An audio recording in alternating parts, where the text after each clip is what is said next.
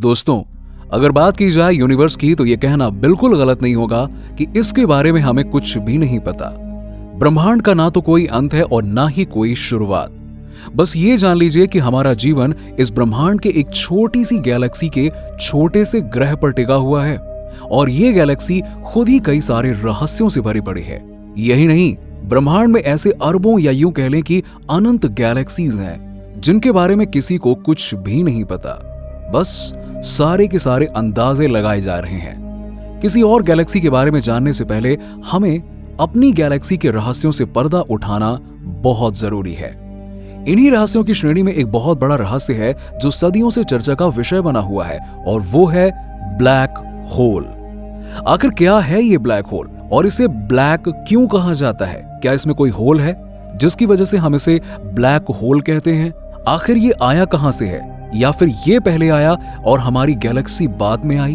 और ऐसे बहुत से सवाल हैं जो हम सभी को दिन रात परेशान करते हैं ब्लैक होल के बारे में। तो दोस्तों, आज की वीडियो में हम इन्हीं सवालों के जवाब आपके सामने लेकर आए हैं। अगर आप चैनल पर नए हैं और अभी तक आपने हमारे चैनल को सब्सक्राइब नहीं किया है तो जल्दी से चैनल फैक्ट की डिग्री को सब्सक्राइब करके वो बेल आइकन जरूर दबा दीजिएगा। चलिए शुरू करते हैं आज की वीडियो।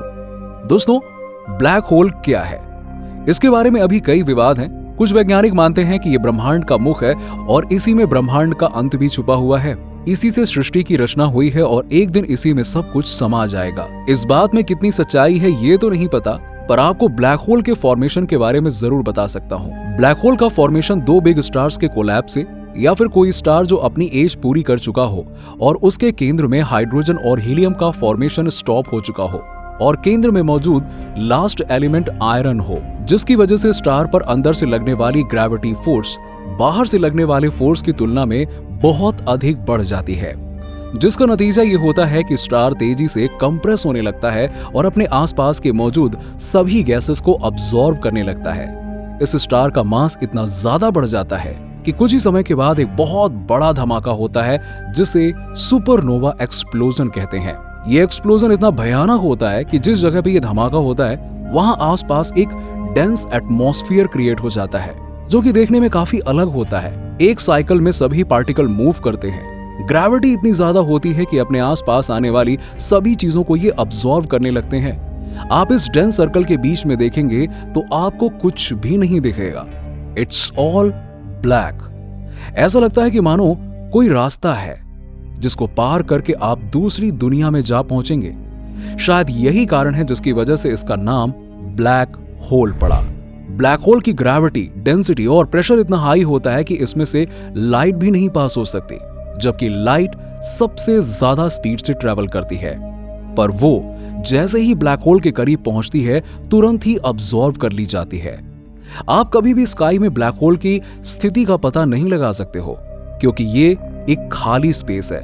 इसको देखने के लिए आपको इसके आसपास देखना होगा जहां पर आपको स्टार्स काफी सटे हुए नजर आएंगे और एक दूसरे के एकदम पास पास रहेंगे और एक सर्कल फॉर्म कर रहे होंगे, पर उसके सेंटर में कुछ भी मौजूद ना हो तो आप समझ जाइए कि सभी स्टार्स उस ब्लैक होल में समाते जा रहे हैं।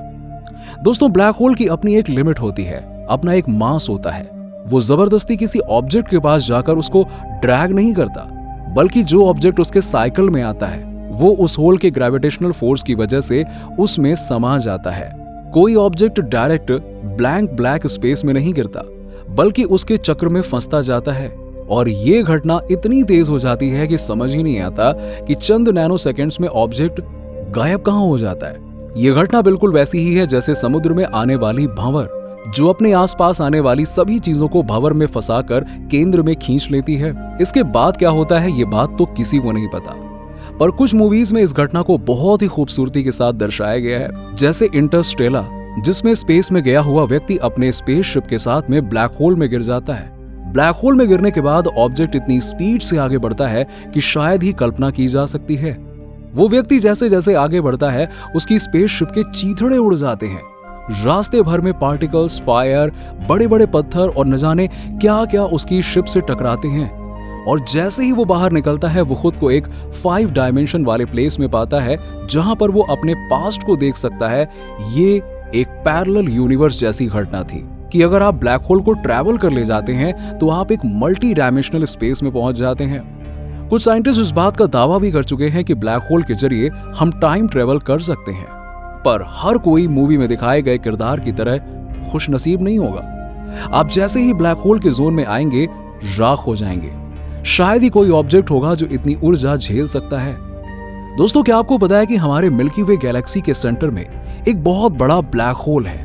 इवन हमारा सोलर सिस्टम उसके चारों ओर रिवॉल्व हो रहा है। ये एक सुपर मैसिव ब्लैक होल है क्योंकि इसका आकार सूर्य के आकार से लगभग 4 लाख गुना ज्यादा बड़ा है। साइंटिस्ट ने इसका नाम सैजिटेरियस ए रखा है, जिसके समीप जाते ही मानो समय थम सा जाता है और ग्रेविटेशनल फोर्स इतना ज्यादा लगने लगता है कि पल भर में ही चीजें गायब हो जाती हैं। दोस्तों, ब्लैक होल की परिकल्पना कोई नई नहीं है। इसका जिक्र सबसे पहले जॉन मिशेल द्वारा नवंबर 1784 यानी कि 1784 में प्रस्तावित किया गया था। जॉन एक खगोलीय अग्रणी और पादरी थे। उन्होंने इनको ब्लैक स्टार के रूप में पहचान दिलाई थी, जिनको देखना बिल्कुल इम्पॉसिबल था क्योंकि ये डार्क ब्लैक थे जो किसी भी प्रकार की रेडिएशन नहीं छोड़ रहे थे और इनके आसपास का एटमॉस्फेयर काफी डेंस था। उसके बाद से इस पर रिसर्च जारी रहती है। फिर वो दिन आया जब आइंस्टीन ने 1915 में जनरल रिलेटिविटी की थियरी पेश की, जिसमें ये बात सामने आई कि ग्रेविटी लाइट की स्पीड को इन्फ्लुएंस करती है।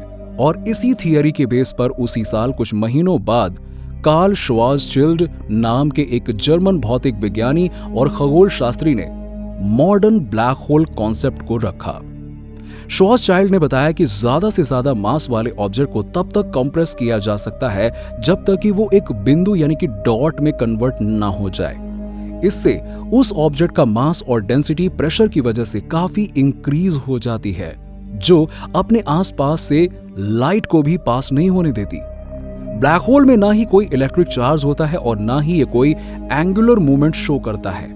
इनके सेंटर में एक बिंदु होता है जिसे सिंगुलैरिटी कहते हैं। दोस्तों, घूमते हुए ब्लैक होल स्पेस में एक जोन क्रिएट करता है जिसमें आने वाला कोई भी ऑब्जेक्ट स्थिर नहीं रह सकता है। वो ब्लैक होल के चारों तरफ घूमने लगेगा। चारों तरफ मौजूद इस जोन को एग्रोस्फीयर कहते हैं। इस क्षेत्र के आसपास समय की गति भी स्लो हो जाती है। दोस्तों, ब्लैक होल के बारे में पढ़ते ही हमारे दिमाग में एक सवाल तो जरूर आता है कि क्या ये धरती को भी निगल जाएगा? तो आपको बता दें कि ब्लैक होल कोई राक्षस तो है नहीं जो तारों, चंद्रमाओं और ग्रहों को खाकर अंतरिक्ष में घूमता फिरेगा।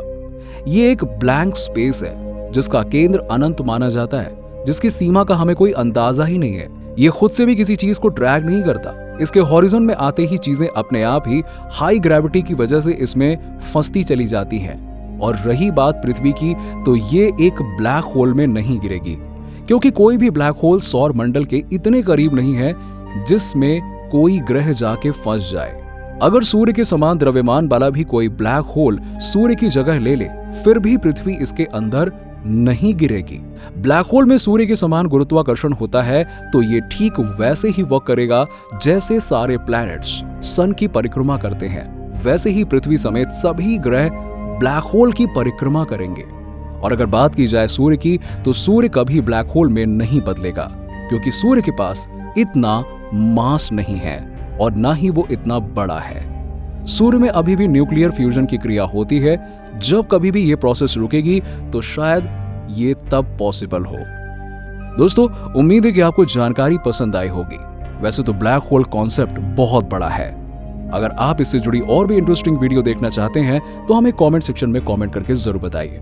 और ब्लैक होल क्या सच में है या नहीं, आपको क्या लगता है, कमेंट करिए। मिलते हैं आपसे अगले वीडियो में, तब तक के लिए बाय बाय।